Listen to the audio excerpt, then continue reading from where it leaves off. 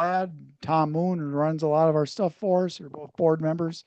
Bob Frenchick, who's over from right on the edge of Hardin County, lives in Franklin County, actually comes often to our meetings over here. So I don't need to introduce them. They'll introduce themselves and what their life has been like with photography and their photos. Bob, you want to tell us a little bit about what's going on here with what you've got in mind? And Gives me more time to talk. Uh, well, I was since I was a kid, I was born and raised in Waterloo, and I used to go to Bontrager Park. Does anybody know that Bontrager? Oh, I'm sorry. I'm sorry. I'm not used to using the phone either. Bontrager Park. Do you remember that where that is? Was that was used to be fields back in the day, and I used to go out there all the time by myself and look at birds and stuff. And I spent my entire life doing that. And I always wanted to photograph birds. I wanted to draw them. I wanted to do some art things with them, and that didn't work out. But I did love birds. I still love birds, and I like all you guys. We chase them all the time. And so when I retired from teaching, then I started buying some cameras, and I found out that I was okay with that. And yeah, that's my story. I've done scuba diving for years, still doing that. I've done all sorts of stuff. So yeah, I'll look forward to showing you the pictures next month. But that's basically my story is be patient and they'll come to you. Because if you chase birds, they don't like that. The one thing I did learn very quickly was with ducks, at least, if you walk in on them, they leave. But if they walk in on you, they stay because you're just part of the woodwork. And you can get by with a lot of motion with those things. I've had them. I've had ducks, wood ducks, and I've had canvasbacks closer than here, and so they'll come right up to you. Um, Geese and stuff like that. I had a bunch of greater white fronts come over and check me out one night over at Pintail Wetlands, which was kind of weird. I'd never seen that before. They swam to within probably 30 feet and then looked me over and then swam away. I got nervous one night when a bunch of trumpeter swans took off across Pintail, and they were coming right at me. And if you know anything at all about trumpeter swans, everybody gets out of the way of trumpeter swans because they will run right over Canada geese. When they're taking off, those big old fat feet of theirs, flat things go slapping, and everybody gets out of the way. So I thought, I'm not going to get out of the way, and I don't want a 25-pound bird hitting me. But anyway, so that's my story basically. So,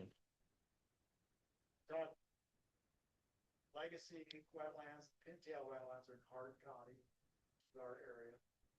Legacy is right off of D15, about halfway from Iowa Falls to Ackley. And it's 240 acres. It's a wonderful wetland. And it's nuts right now. So it's a really good place. I've been there a few times. And, oh, there's Bob down there.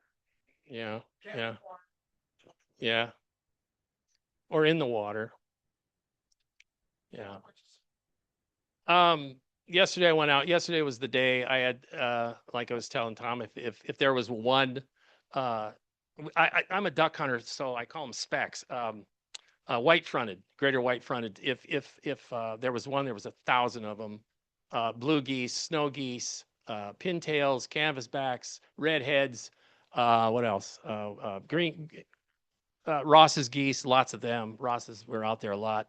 Um, what else? Canada's trumpeter swans, uh, canvasbacks, redheads, pintails. Yeah, there's a what's that? Gadwalls, mallards. Yeah, there was a lot of birds out there. So if you can get to those places, another really good place too is up north of me. Um, uh, I can't remember what it is. Maine's Grove, yeah, Maine's Grove is another great place to go if you get up there. That's just south of Hampton. There's a lot of stuff going on there too. So now's the time. Yes, I have an old I call it my spring loaded camera. It's a 7D Mark II. These guys are all shooting mirrorless now, so I'm one of the old guys. But it finally gave up the ghost, I think. So I'll get it fixed. I'll get it fixed, and then I'll show them. But it's still. You got a new one, don't you? Have a new big body camera? Don't you have a?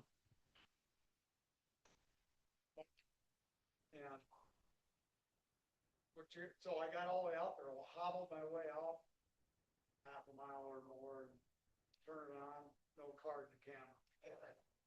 Yeah. Hobbled that, I go right back, or full.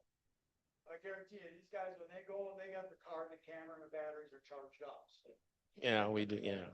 thanks, Bob. Yeah. Thank you. We're doing this next one. We'll get it. Experiment, figure I'll out, figure it make out. sure this works. So, thanks, Bob. Oh, Ken is next.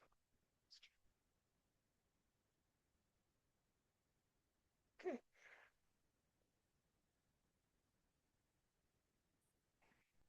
Yeah, if you can't hear me, just say something.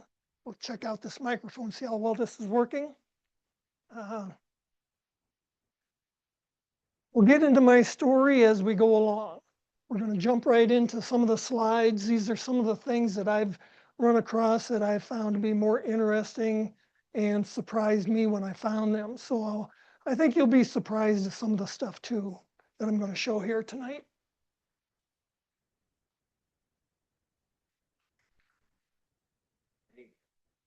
Maybe.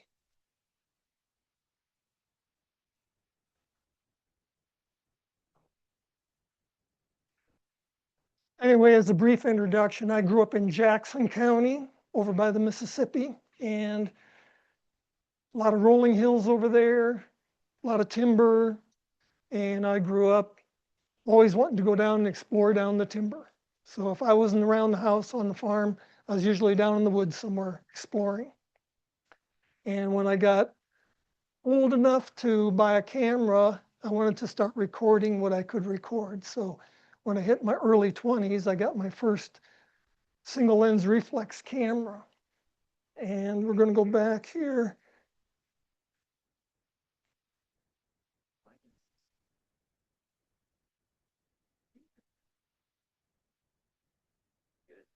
Well, it doesn't, it's rolling, but it's not doing anything. There we go. Going the wrong way. Okay.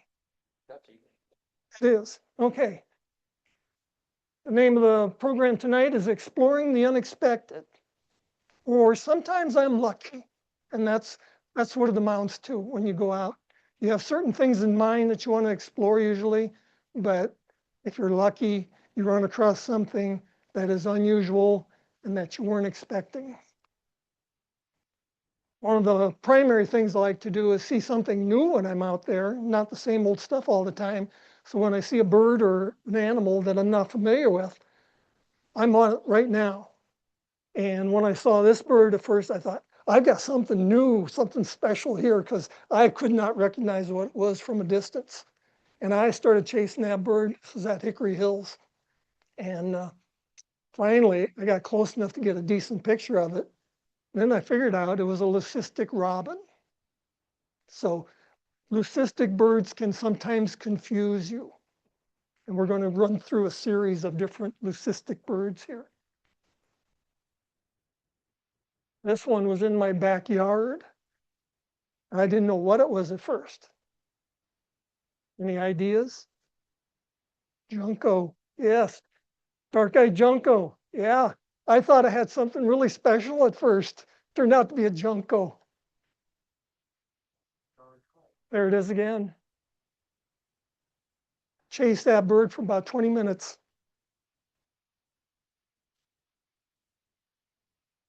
Now, here we have a field sparrow. This was down on the Cedar Valley Bike Trail, down by McFarland Park.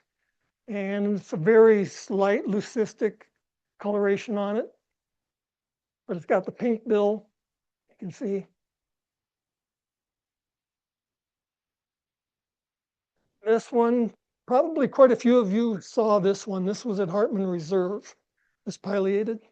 So it hung around for a few, well, I'm not even sure how long it was there, but I was able to get a few pictures of it. Beautiful bird. And it always had the certain hole it went to in the evening, so you could anticipate where it would be.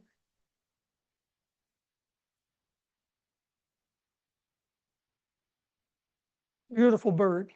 Wish it was more colored like that.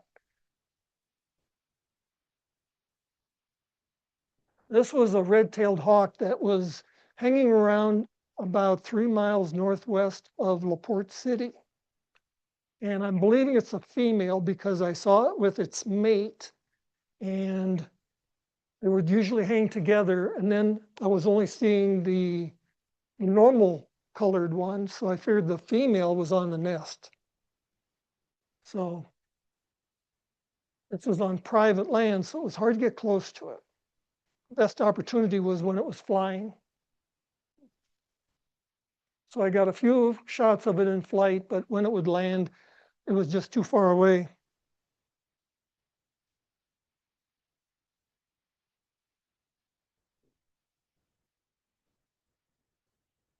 This one was again at Hickory Hills Park, the red-winged blackbird. I think a few of you have seen this one down there. This was maybe 8 years ago or so.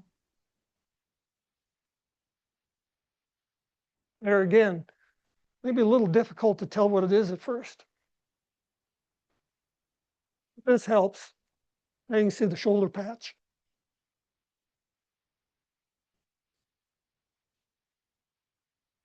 Out in Nebraska at the sandhill crane migration last year,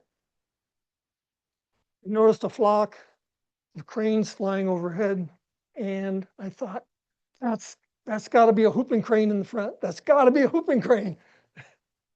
And I got the pictures and I started looking at them on my camera, and I'm thinking, where's the black on the wings? And I figured then it was just a sandhill crane instead of a whooping crane. But I heard the statistic that only 1 out of 100,000 of the sandhills are leucistic in color. So I thought, well, that's probably more rare than seeing a whooping crane.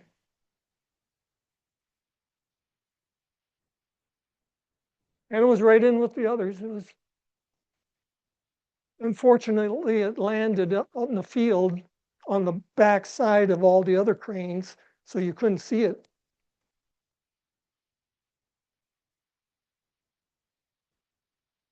This little guy was in my backyard. And I'm thinking this is a very light leucistic trait because I've never seen any with the white eye ring, a junco with the white eye ring.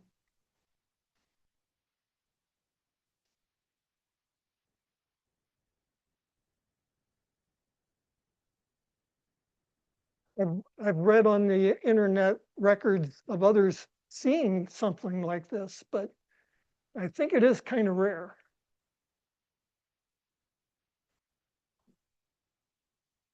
Now, this is the pale jewelweed. And I don't know if plants have leucistic coloration or not, but this was one that I saw over at Mossy Glen and had no yellow. I've never seen another one that was white like that. Maybe it's more common than I think, but it was a one-timer for me.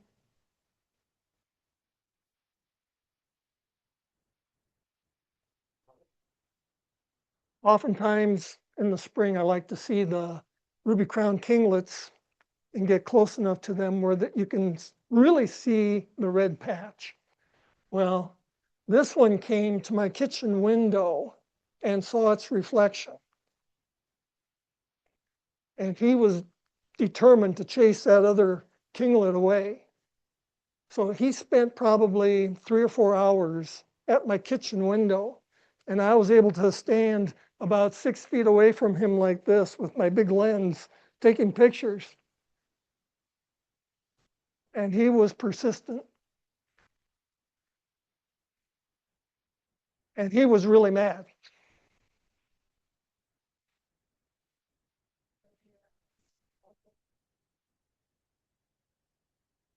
And I'm thinking this is maybe one of my favorite and one of my best photos of wildlife that I took barefooted. Through the window. You need a caption for that one, Ted.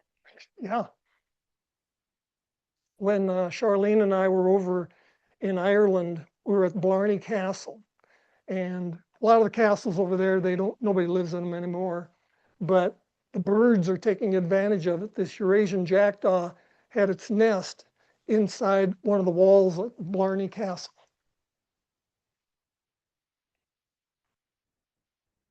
And on the walk up to visit the castle, this gray heron was in the water, and it wasn't 15 feet away from the walk that led up to the castle, and everybody had to walk by it, and it just sat there. And I couldn't believe how tame this bird was.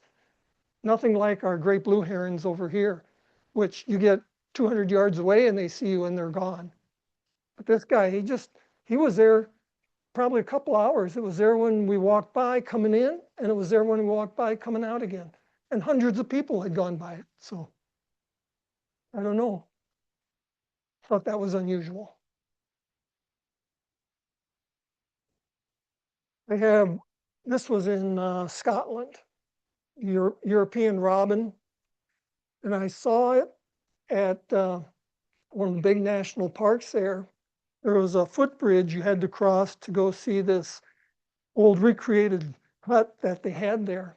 And everybody had to walk on the bridge. And I saw it catching insects just right below the bridge. And I thought, I bet it's got a nest nearby. So I waited on the bridge there. Everybody's going back and forth, back and forth. And I waited and kept catching insects like this. And there were ground nesters. So as I watched, it flew into the ground, into the moss, not too far away. And with all this traffic going back and forth, didn't seem to bother it at all. And there it is, taking out a fecal pouch. And with all the people going by, it didn't seem to bother them. That really surprised me, that they would build a nest so close to such an active area.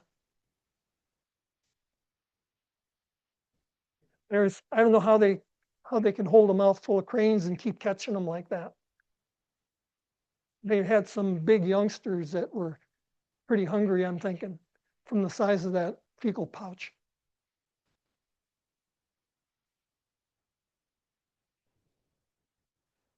Barred owl, I first saw it on January 1st, 2016.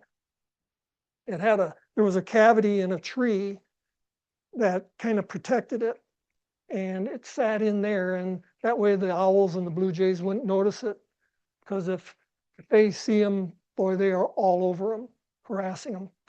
But it just sat there, and I wanted to get some closer shots of it, so I kept moving closer real slowly.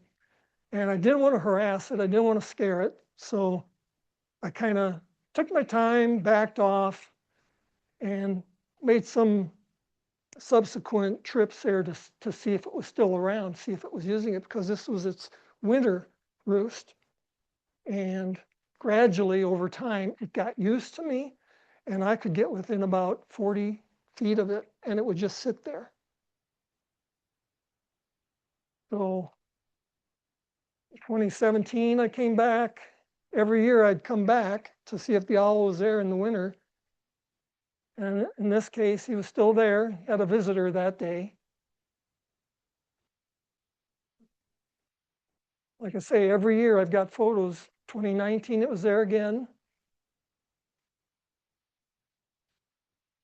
I'm not going to show you every year, but 2021, it was there again, looked a little more haggard, and I thought, boy, I wonder how old it is, because I didn't see it till 2016, and I don't know how old it was at that time.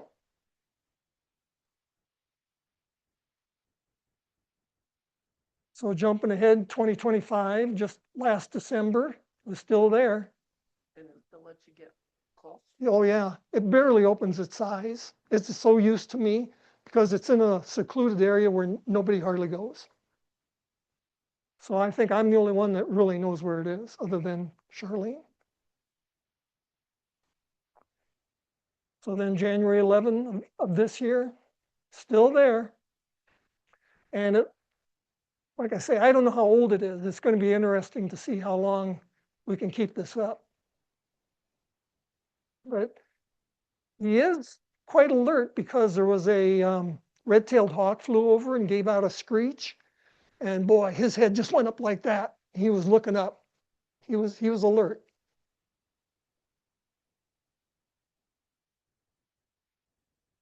Little blue-gray gnatcatchers. I've read that they use spider webbing when they're building their nest. And this was an opportunity to see them actually, one of them collecting the spider webs. Well, that was kind of unusual. I'd never seen that before.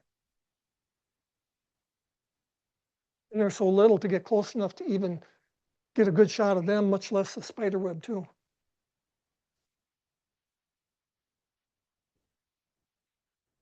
I think everybody's probably familiar with the barn swallows. This was over at the House on the Rock. It was right in the entrance where you'd enter the building, and they had built a nest right there. And I grew up with them on our farm, and they would build their nests in the outbuildings. If anything was open, you'd have a barn swallow nest in it. And I often wondered, how did they build that nest, carrying all that mud and the grass over to build that nest like that? That would be a lot of trips. Well, I was at Hickory Hills one day and saw a barn swallow that was in the process of building its nest. And what they do is they come with their grass already in their mouth or in their beak, and they find the mud that's the proper consistency, and then they'll grab a beak full of mud, they'll take that, they'll pack it into the nest. And then it's going to take a lot of trips, but that's what they do. There it is again, got a beak full of mud. And I don't know, seemed like they held their wings up when they were doing it. I don't know if that was to keep them from getting muddy, to get down, because they're kind of long. If they got them too low, they get down in that soft mud. Probably wouldn't care to have that happen.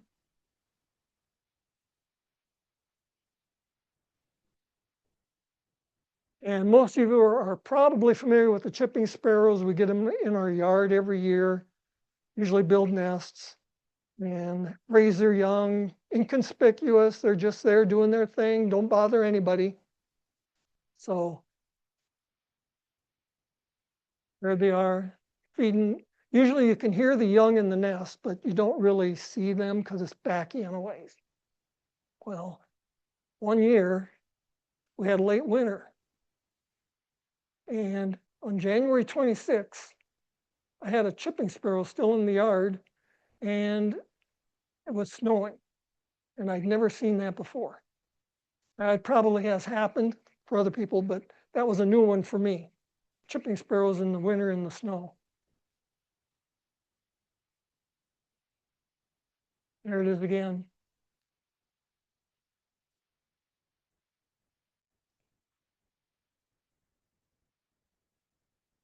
We had a screech owl. Oh, this would have been probably in 77. That was, you'd hear it at night outside of our house. And I didn't have the camera equipment that I do now back then. So I never saw it even, or even got a picture of it. But one day our neighbor's daughter came over to the house and she said, "Grandma said for you to come take a picture of the screech of the owl in our bird feeder." And I'm thinking, okay, I'm sure. I'll grab my camera, we'll see what they got over there. And I walked over and sure enough, it was a screech owl. It was in their bird feeder. That one surprised me.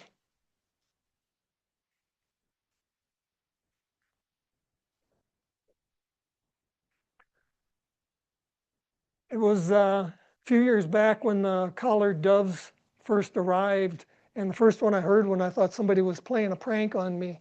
I thought, somebody's out here making a noise like some strange bird, and I can't see who it is. And then I finally realized what it was.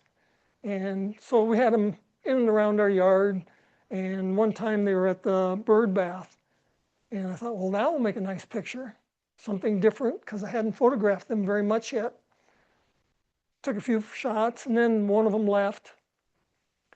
And the other one sat there and posed for me. I couldn't believe it. Could not believe it. They are beautiful.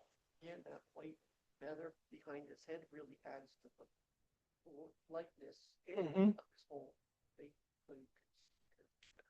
Yeah, couldn't believe how well it cooperated.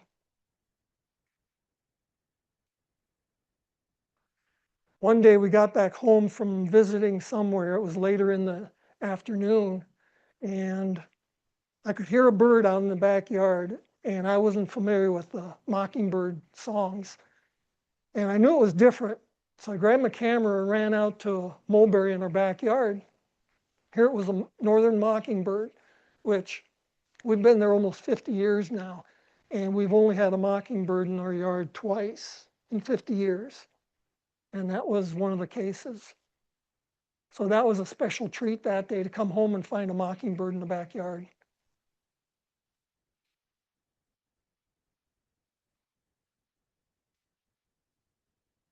Didn't seem to bother him, me walking around with the camera.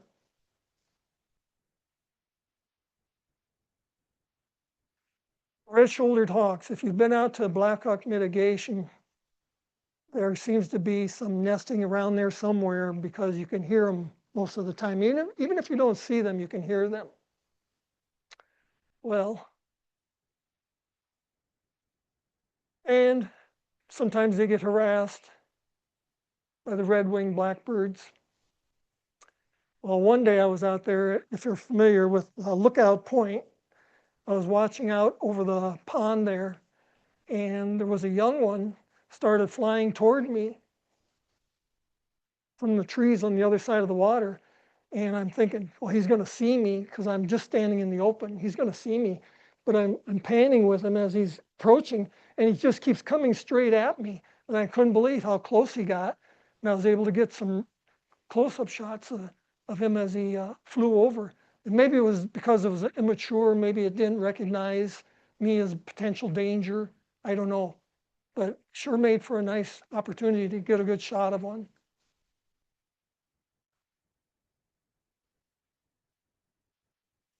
And with the talk about sandhill cranes, I mentioned the leucistic one that we saw last year.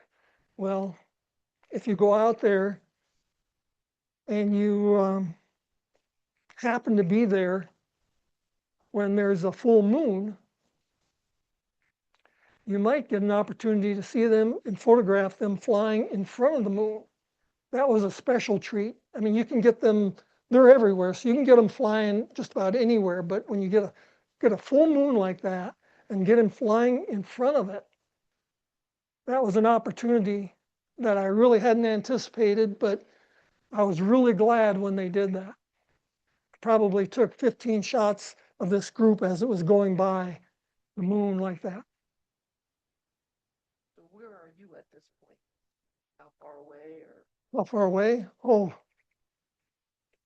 probably 300 yards at least. Yeah, Are you from the moon, yeah. are you like where if they heard, say they were setting on a body of water, if they heard you, would they take off like? No, these were coming to the water. Yeah. The moon was just rising, sun was setting, the moon was rising in the other direction, and the birds were all coming to the Platte. Does it matter where on the Platte River you have to be to save it? Oh, no. There's quite a few places. There are some traditional places you can go to, and then there are other places that are not sanctioned by anybody, but it's open public. Yeah. So, yeah. In the spring, we get the Baltimore Orioles into our yard, and I put the jelly feeders out, and I'll usually put a stick out for them to land on, because usually there's a waiting line for them to arrive and take turns at the jelly. Well, I've got a little portable blind that I set out to try to get as close as I can. And I was shooting the Orioles as they were coming in one at a time, and I had just shot this one, and it flew away. And before I could even move my camera, a summer tanager flies in and lands right in, and I'm looking through my camera, and here it's landing right there. And I can't believe this. They're not a jelly eater at all, and it probably stayed there for about half a minute. And then finally it took off, but just the timing, yeah, couldn't believe it. So, like I said, sometimes I get lucky.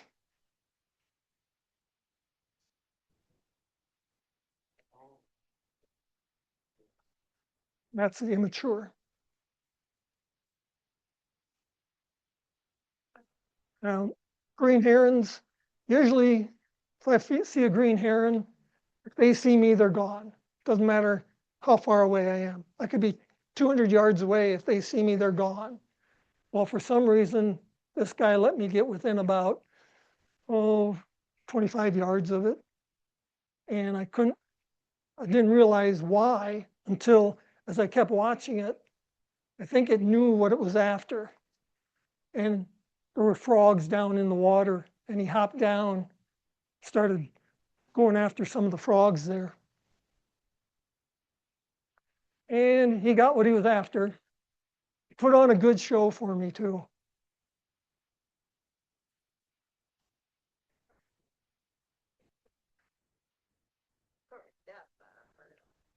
American badger was one mammal that I'd have a difficult time getting a photo of one.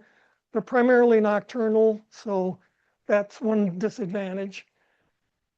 I was looking out my back door one day, and I see this animal running across the backyard, and it was a badger. Couldn't believe it. And it stopped at the edge of our yard on the neighboring property, which is a baseball diamond, and it started digging a hole. And I grabbed my camera, ran out, and every once in a while he'd pop his head up. I think it's a younger one, but he'd pop his head up, and I'd snap a few pictures, and he'd go back down in the hole. And he was out of sight in 10 minutes. They can dig it that fast. And I thought, well, I'm hoping he stays around. But the next day, he was gone. End of story. Never saw it again. So I don't know if it was a one-night thing, if he was just looking for a place to rest. Don't know. But that was my opportunity to get a shot of a badger. They came to me. I didn't have to go to them. Chipmunks, they can be cute. They're fun to photograph. And when they cooperate, they're a real pleasure to take pictures of. That little guy, straight-faced, comical.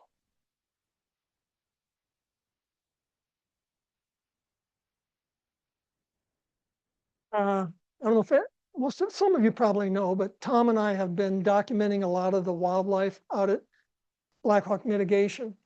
And something we ran across that, there again, we didn't expect it, didn't even realize it was a thing. A hairy snail. Snail that grows hair out of its shell. Never heard of it before. It's actually from over in Europe, but they've been over here and they're gradually moving west. They started on the East Coast and they're more frequently seen over there. In iNaturalist, I put it in there and it's the only entry for Iowa. But yeah, really unusual, really small. They're about 1/4 of an inch in diameter. So unless you're looking for them, you may not find them. This one's already got dirt caked on it. Probably a hair tracks that dirt, helps it to cake on it. But this is what they look like before the hair really gets to growing. You can see a little bit of stubble just coming out, and that's the pattern on them. Very interesting little snail. So if somebody says they saw a hairy snail, you know that they're not kidding you.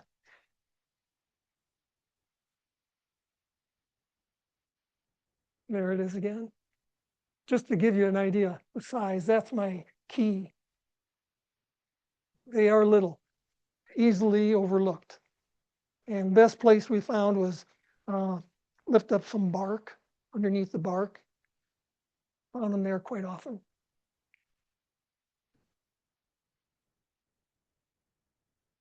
I was driving through Washburn one day and I saw a red-tailed hawk sitting up on a power line. So I pulled over, started taking pictures. Didn't even realize it till I got home and started looking through my photos. He had regurgitated the pellet while I was taking some pictures of him. I'd never got a picture of an animal doing or a bird doing that before. So this was kind of a rare thing. sometimes it's better to be lucky than good, but yeah, sometimes I get lucky.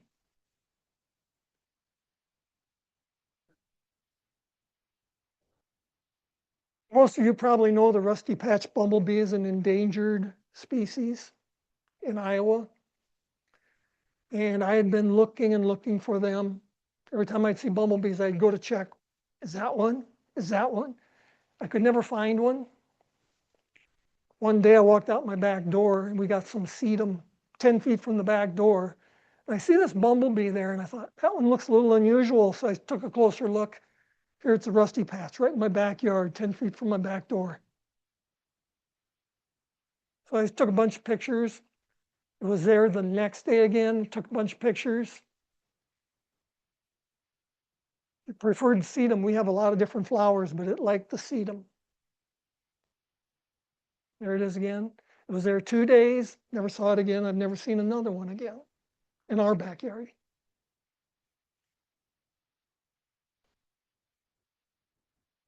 This pigeon horntail, if you notice, it's got a black part of the body that it drills into the wood, so it can insert its ovipositor down and lay an egg on an insect that's down in the wood. This was a tree in front of our house back in 1977. So this was taken with my first camera was a Minolta SRT 101. The old film cameras from back then. And it had always been my goal from about a teenager on to do some nature photography. And I was finally able to start doing it in my late 20s. So this was, I took a few pictures of it, went about doing other stuff I need to get done around the house. And I came back later to check on it. It was still there, but something had pecked or had eaten the head off of it. So the body was still there, and the strange thing was, it kept sawing into the wood even without a head. And I thought that was really unusual.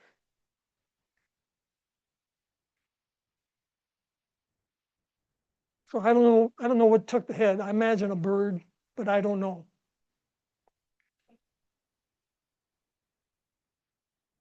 Okay, this yellow-rumped warbler, usually they're gone before December anyway. And this one I saw on December 8, 21. It was at Hickory Hills. And there was open water and there was plenty of food. So for whatever reason, this one hung around. It seemed to be getting around okay. And I would come back now and again, and I found it again on the 20th of December. And it was eating the cedar berries. On January 18, it was still there. And I was wondering how long was it going to stay, because that was a little unusual. I'm thinking some probably do stay around, but I had never encountered one this late into the year or this early into the year either. So that was unusual for me. Yellow-crowned night herons apparently like to eat crayfish. Because as I watched this one, this was down in southern Iowa, and as I watched it, all it was doing was grabbing the crayfish and eating them. The one thing they do when they grab one, they have to get it oriented so it's tail first in their beak. So they would sometimes toss it up in the air to reposition it. And then they could get it oriented right, then they could swallow it. I imagine if the claws first, it would get stuck. But yeah. And there it goes, down the hatch. Would you say the eyes are orangey or brown? Orangish brown.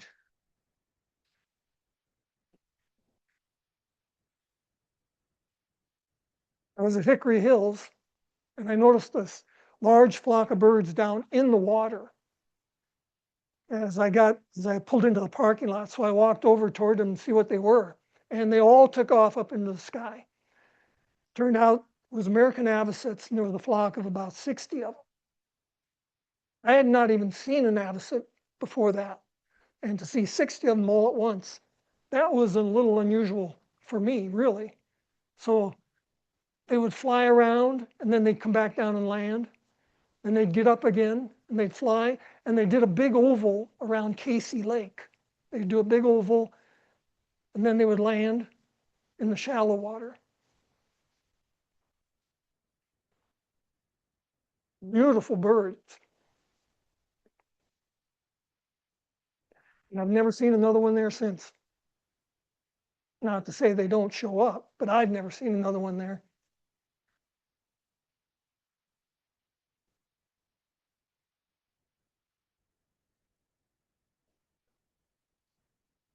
When you're doing wildlife photography, the objective is to see your subject before they see you, especially with coyotes because they are really hard to approach.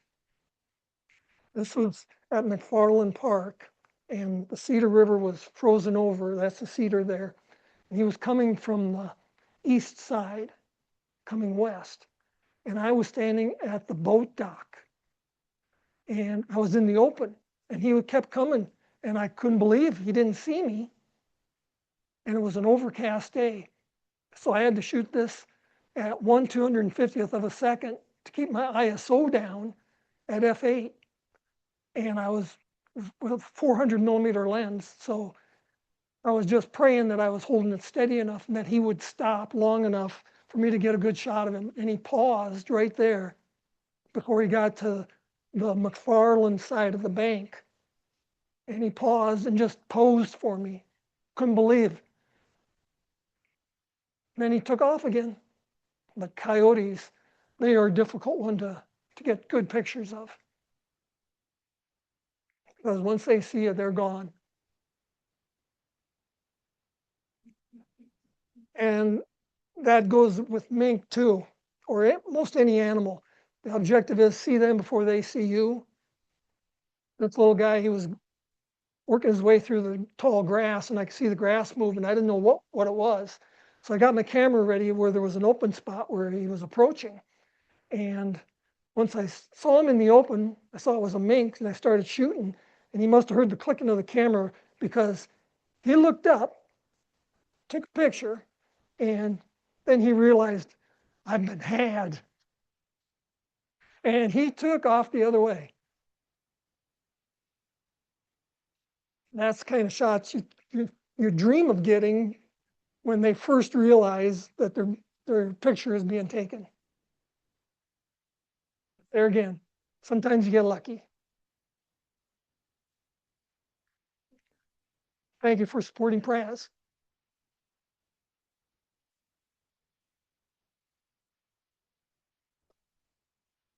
You may have some questions or comments.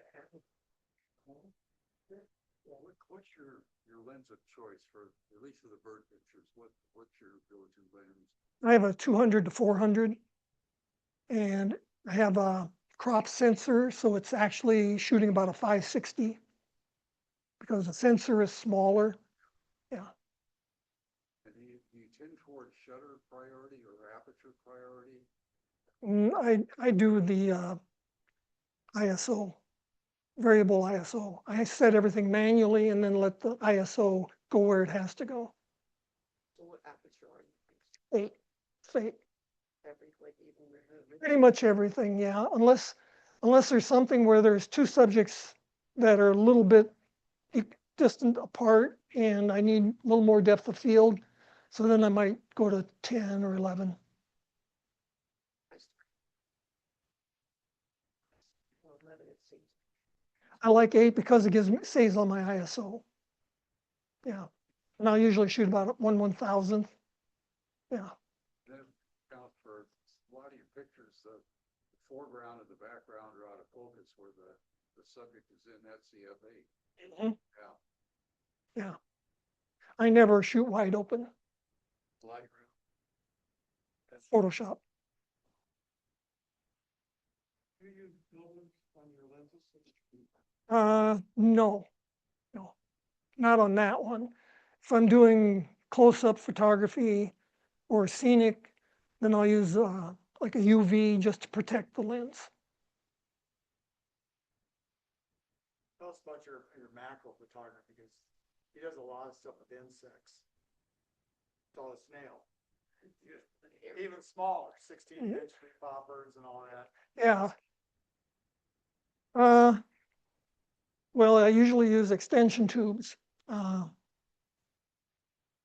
One set, when you buy a set of extension tubes, they're usually, I think it's 52 millimeters. Well, I've got two sets, and then I use some of, I don't like to use two full sets because you start to lose some of the sharpness of your photos. So I'll take one of the extension rings and I'll add that to the full set. So I'll end up with probably about 72 millimeters of extension, plus I use a 110 macro lens with that on top of that. So it's really magnifying. Then I always use an electronic flash, and I'll shoot at f16 to get as much depth of field as possible, because even then, you're talking about fractions of a millimeter that's going to be in focus when you have that much magnification. ISO, I can shoot whatever I have to. So I'll start out at about 150 to 200, somewhere in there. And then I'll keep raising it if I don't have enough light. I'll just keep checking my photos as I'm taking them to see how they're turning out, and I keep adjusting accordingly. So those are a challenge. Yeah. But I see that as more of a challenge and more fun than shooting birds, because with the birds, they're there and then they're gone. With the insects, they hang around longer. So you can play around with them, you can change your settings. You're more likely to get good results than you do with the birds, because once those birds are gone, you got what you got. And if you didn't have the right settings, you're out of luck. Or if they didn't cooperate, you're out of luck. Yeah. Anything else? Okay.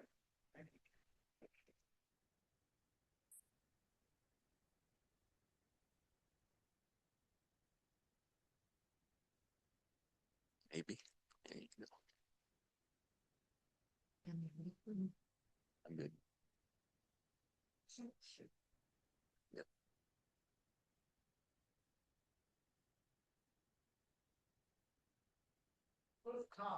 Yep. Yep. I'm gonna stay here because I like to read my notes just to make sure that I don't forget anything. I've been taking pictures for actually a very, very long time, but I didn't actually start taking nature pictures until I had an accident and broke my back, and I could walk out in nature, and as a healing process, why I carried a camera with me and binoculars and such. And so from then on, I basically started taking pictures. I take pictures of about anything and everything. I take the good, the bad. I don't care if I've already taken one. I'll take another one. I save everything to document everything. I usually take about 40 to 45,000 pictures a year. Yeah. I've got um, 3 terabyte hard drives, external hard drives filled with pictures. So I lose track of what I've taken. So that's why I'll just take another one. It's easy. Maybe this one will be better than any of them that I've taken before. All my cameras are full frame cameras. So everything I've got pictures of, basically I crop. And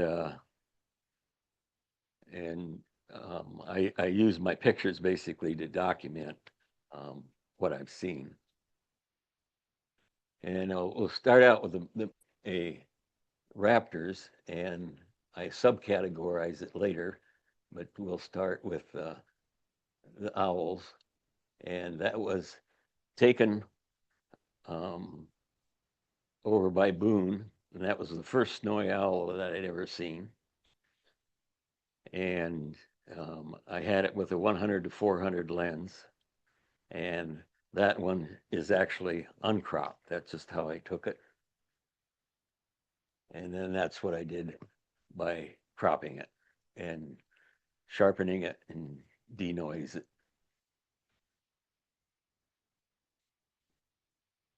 Then he took off from the full pole and looked back at me. And again, that's cropped, but I like his fuzzy feet.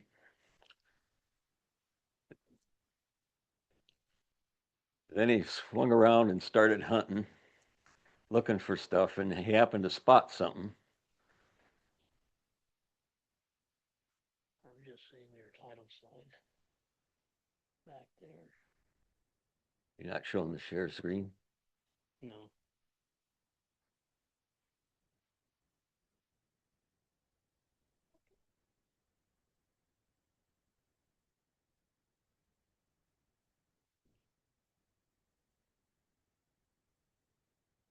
Well, we had a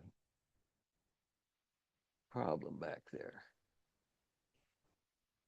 You like that one? All right.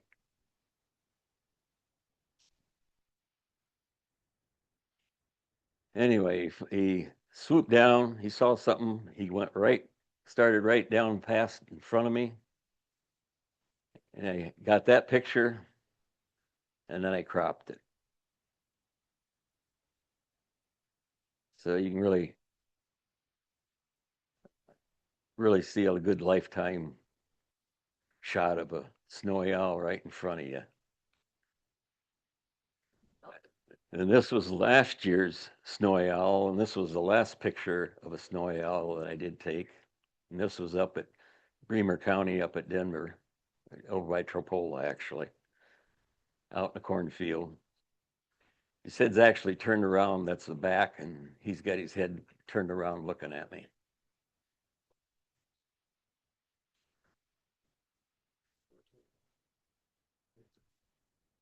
I would say that this is the last snowy owl that I took a picture of, but last weekend I went to, before the rain, I should say, to Kossuth County and took a picture of him, but he was over a half a mile away. The sun was out, so I got all kinds of heat going on. And so basically, there are white spots out there in the field. That was a long-eared owl. I took at Martin Lake. It was snowing, and he's got snow in his ears.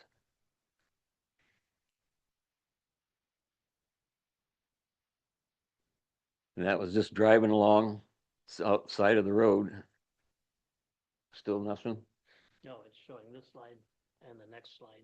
Just So together? Well, to be honest, I don't know how I cannot do that. okay.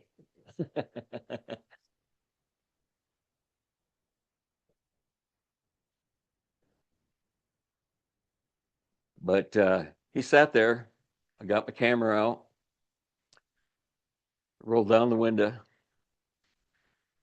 and took his picture. And he just says, "Okay, I'm good." He never flew away.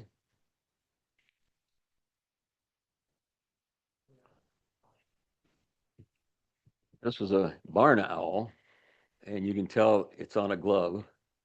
This was up at the Owl Festival in Houston, Minnesota, and they bring owls around to the audience that you can take pictures of. And that was one of the first barn owls, wild as such, that I've seen that wasn't mounted.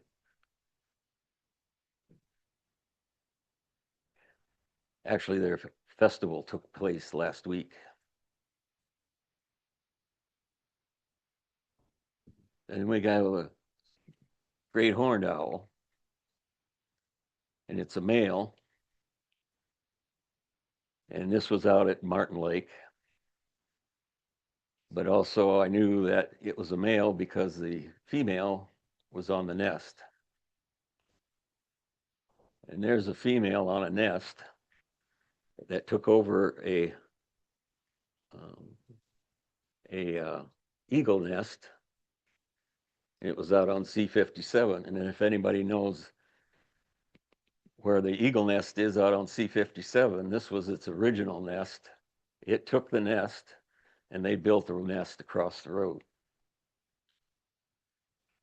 But this nest, if it was successful, we don't know if the eagles ate the babies or not, but it was not, we never saw any youngsters there.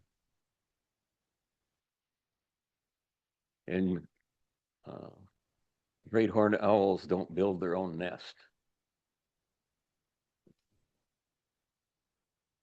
Here's one in a hawk nest. And the nest wasn't that big, but it managed to raise 3 young.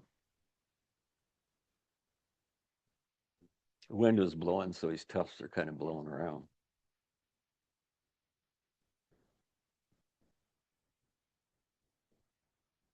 This was another hawk nest, and you can see the young off to the right there. He's still pretty white.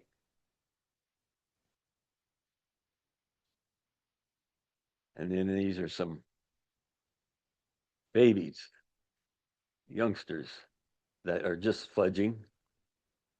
And the one is off to the right, so camouflage still. It really blends in good. And the other ones are just sitting up in the trees because they've already flown out of the nest. And you have burrowing owls, which are not around here, but they do have some out western Iowa and Nebraska. And they use prairie dog holes for their nesting, and they're abandoned, obviously, but for their nesting. And there he's just out scouting, making sure nothing comes around, looking for prey.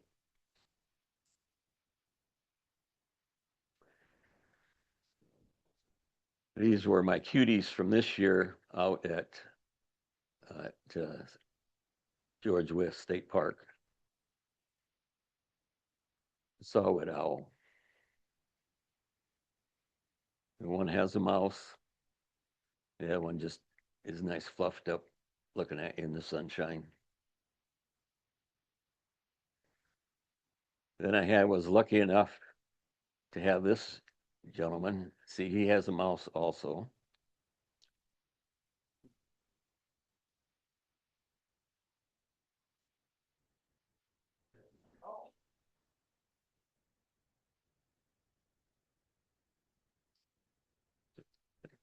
Then he reaches down and takes the head off the mouse.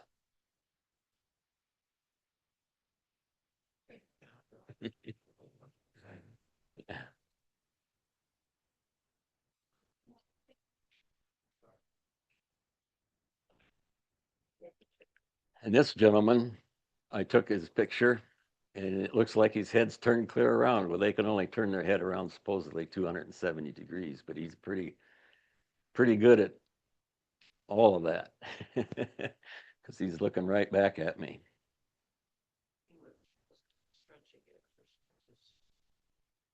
And we had some hawks that I took some pictures of. There's a white morph red-tailed hawk. You could say leucistic, but I'm pretty sure it was more of a white morph hawk, red tail. And I have a dark morph red tail. He's so black, it was hard to get a picture of him.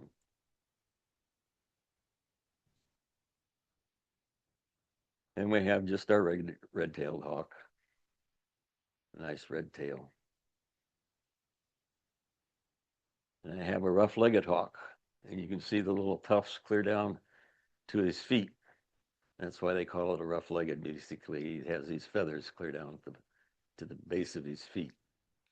He lives up north more. It's where it's cold. That way he can keep warm. Front yard Cooper's hawk, looking for birds.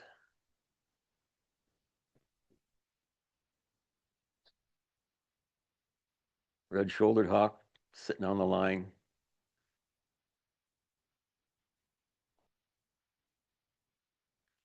This is a Merlin. It's the second smallest kestrel. Actually, it's a falcon family. And Tom had one nest right over by his house one time. And we have some eagles. I like taking eagle pictures. That guy likes to complain. You'll go out there and you'll irritate them or whatever. Anyway, they like to voice their opinion. This is a subadult, we'll call it, basically about 3 years old, 3.5 years old. He's starting to get a white head. His beak hasn't changed colors yet. His white tail is just starting to show up a little bit. Here we have a pair, and you can see the female on the bottom and the male on the top. The females are always bigger than the males. They also have a bigger beak. You know, they're not side by side. You can't really say which one's which necessarily.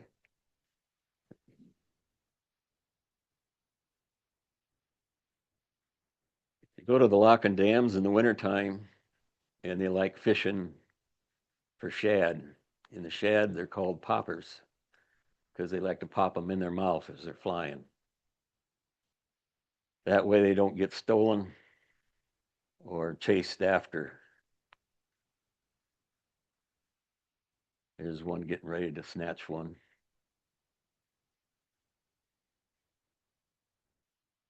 There's one that's got one that he's taken off with. There's a youngster that learned how to watch what their adults are doing, so he was able to catch one. When I took this picture, it was at a lock and dam, and there was 115 eagles fishing and in the trees. The shad was just really running, and so they were just fishing, and they'd take a bite out of the fish or whatever, and if it dropped, no big deal. They were just shad coming down through there everywhere, and they just go back out and catch another one. Why did they go to the lock and dam? Well, open water. In the winter though? Open water. Lock and dams have open water. Well, they're nesting. Not that they wouldn't go there, but they have no reason to. Then they can just go through any river or anything and catch them. They're just fishing. Their territory narrows way up. They have to be, if they want to catch fish, this is the only place they're going to do it. In the summertime, it's all thawed out. They'll catch. You'll see them on the cedar, and they'll go down and catch a fish and stuff. Next ones are ospreys. The wife and I, for the DNR, monitor osprey nests in our area. And there's 9, as of last year, there were 9 nests that were active. And they start to appear in April, late March and April. And this pair was scouting, basically looking over the nest. They just arrived.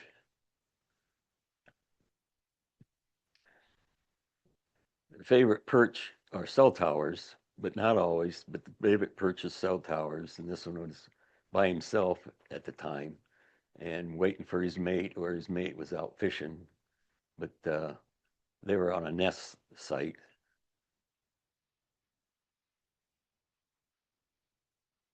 They're just arrived and they started building their nest. And this was the platform out at George Wythe State Park. And it was up there for over 30 years before an osprey showed up to use it. And they've had a hard time. The first year they had a good success. The second year, a goose took it over, and so they built a second nest close by, and that nest in a storm blew down, and so they were unsuccessful at that time. Then in the next year, again, they came, there was a goose. The goose actually left.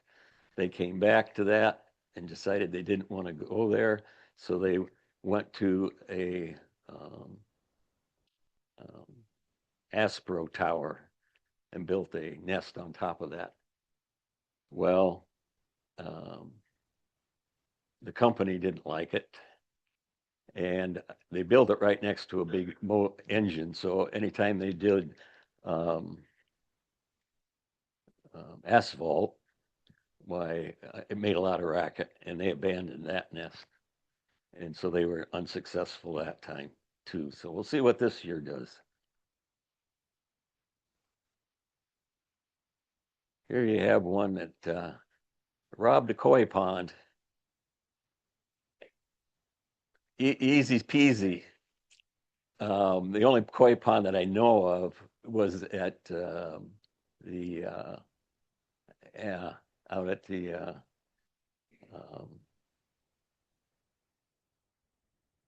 oh, it'll come to me after a while. But anyway, he came into the nest to feed, and I had to get a nice picture of that. Here's after they've hatched on a cell tower here, and you can see an adult that's feeding one of them and the other two young. So it has three young there. And that's how you can tell a young, is that you can see the white on the tips of their feathers. From the adult will be all black. There's some head markings, but a lot of times when you're looking up like that, you can't see the top of their head anyway, but you can see the white tips on the feathers. Then I like taking pictures of cardinals. This is my postcard, Christmas card. I used it for that. But this is out at George Wythe. The cedar trees catch a lot of snow. You can sit there on the bench and you'll scare them away a little bit at first, but then pretty soon they'll come back, and then they don't care that you're there, and they'll sit up in the trees, and you can get some nice shots of cardinals.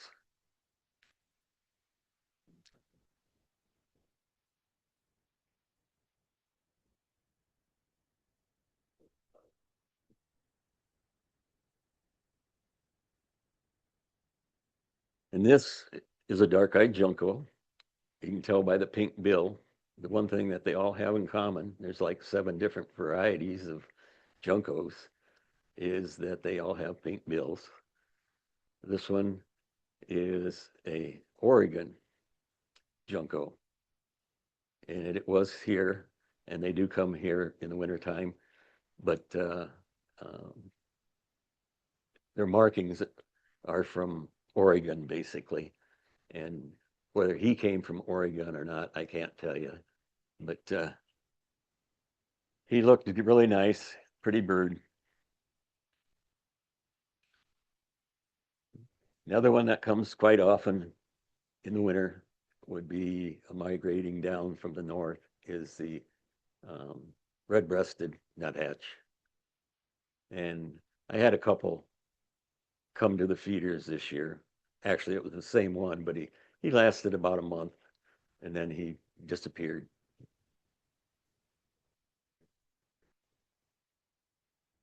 Now we have some birds on our Praz Wednesday walks, and it's just a sampling of some of the birds that we see on our walks. The masked bandit has the witchy, witchy, witchy song, the common yellowthroat.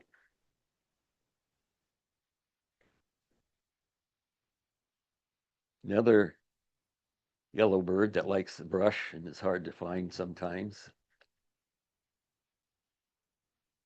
is the northern yellow warbler.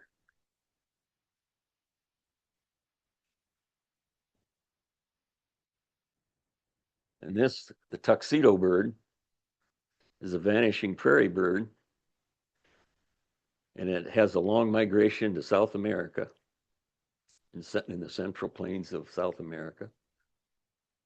And I feel that it'll be gone in my lifetime, to be honest with you. Because every time I go to where I do find this, it's fewer and fewer. And the bobolink, and it's losing habitat in Iowa quite a bit. It only likes a certain tall grass, and this was over at Ham Marsh in Buchanan County that I took these pictures. Another bird that you see quite commonly, Dick, Dick, Sissel, Sissel, is its song. And it is the Dick Sissel. He likes singing way up high with his head back and making as much noise as possible. You can hear him from a long ways away. A lot of times I can go down the car with the car window open and, oh, there's a Dick Sissel. You can hear him as you go by. One of the first warblers to show up is the butterbutt.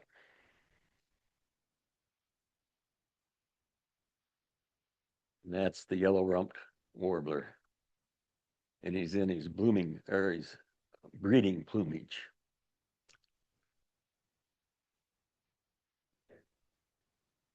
Another one you'll see, the little brown jobs. He has a distinctive white throat. And then he's got his little yellow tufts. So he's in his breeding plumage also. And that's the white-throated sparrow.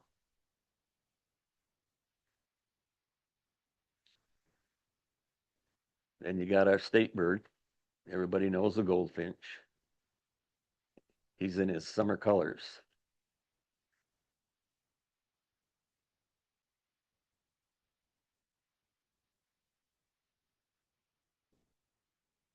And you got a feeder bird here that likes to be up in the trees. And as the trees are starting to seed out, you'll find him up in the trees a lot, eating tree seeds.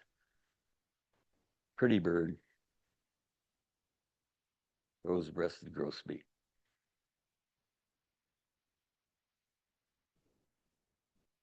And you have this guy that likes open spaces, sits up in the tree, goes down to the ground, back up in the tree, sits and looks around. Your eastern bluebird.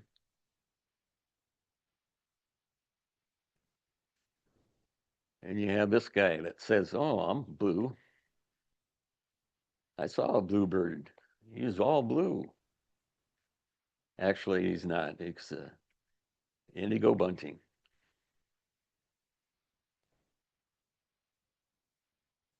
And as we're walking, we do see occasionally they're making their nest on the osprey, whether it be on a tower or George Wythe or whatever.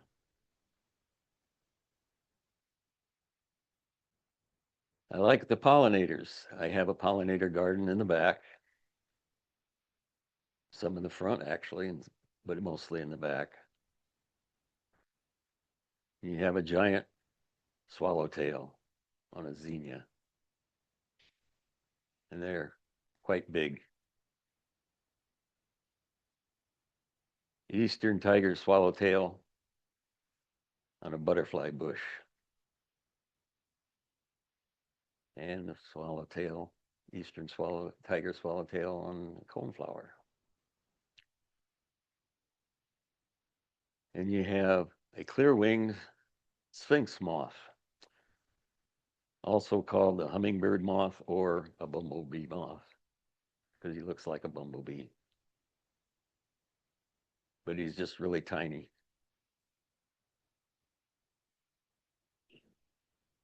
Greater spangled fritillary, a more common butterfly that you see quite often. There he is looking at me on a clover leaf or clover blossom.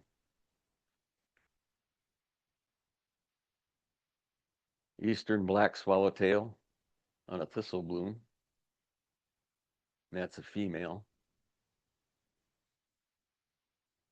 That's a different female, but he's on or she's on a ironweed blossom. And I have lots of monarchs. Well, I won't say lots, but I raise them, so I do have some that come back to the garden, as it were. And they're on the left side. Those two are on different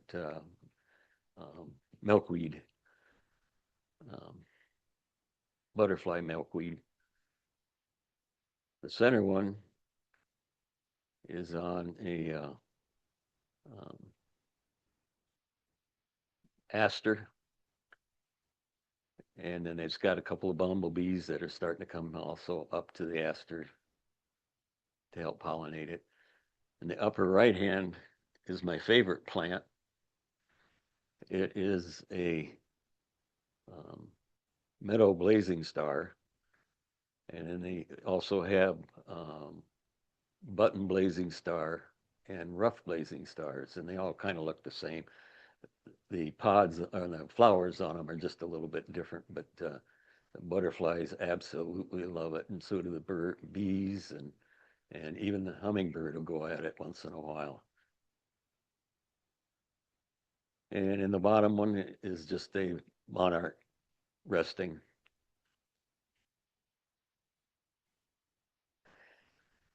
I have tons of pictures, but those are just some that I picked out. This is a red spotted purple butterfly. It's also on a butterfly bush. And with the wings up, it has all the nice red spots in it. And in the upper corner on the right, why it has purple.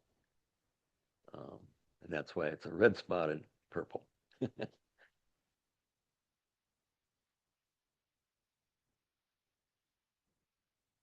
I love the sandhill cranes. I follow them around different places.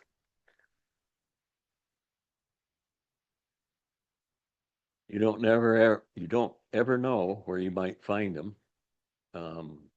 I've seen them at Sweets Marsh, Ham Marsh, Cedar Sandhill Prairie, Beaver Valley Wetlands, Aldo Leopold. These are all just areas around our area. These two are posing nice.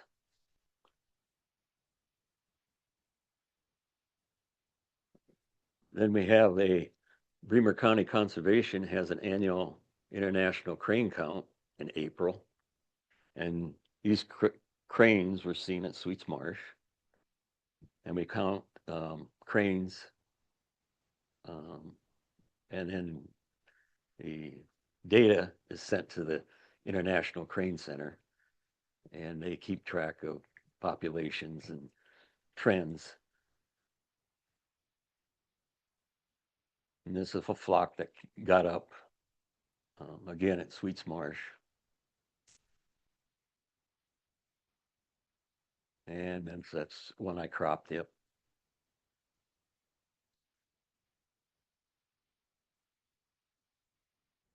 And that's a pair that was over at Cedar Sandhill Prairie.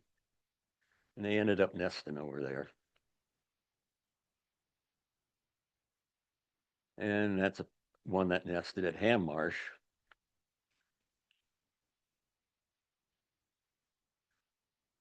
Bad part about that nest, we had a storm, rained a lot, and it flooded the nest out. So it was unsuccessful that particular year. Otherwise, it's been very active. A lot of kids, usually 2 at a time, usually being born over there.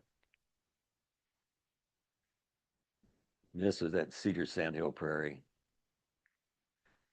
He gets down as low as he can, or she can.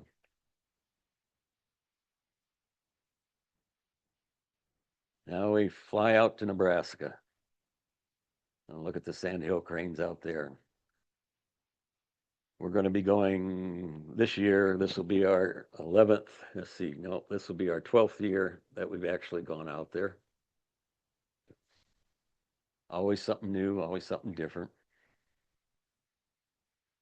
There's so many, they get into a squabble once in a while.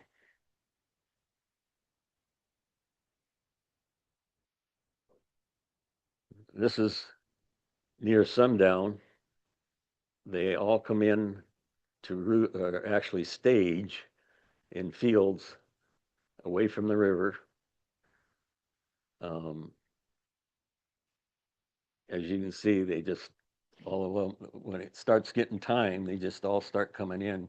You can see some on the already have been in on the left and the bottom, but they'll fill that whole field up practically. As you can see, there's a lot of them there. They'll fill that whole field up. Then they take off in one lump sum when it's time to go to the river. And that's where they'll take off from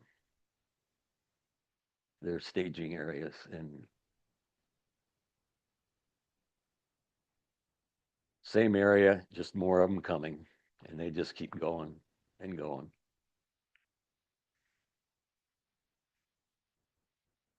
That's it.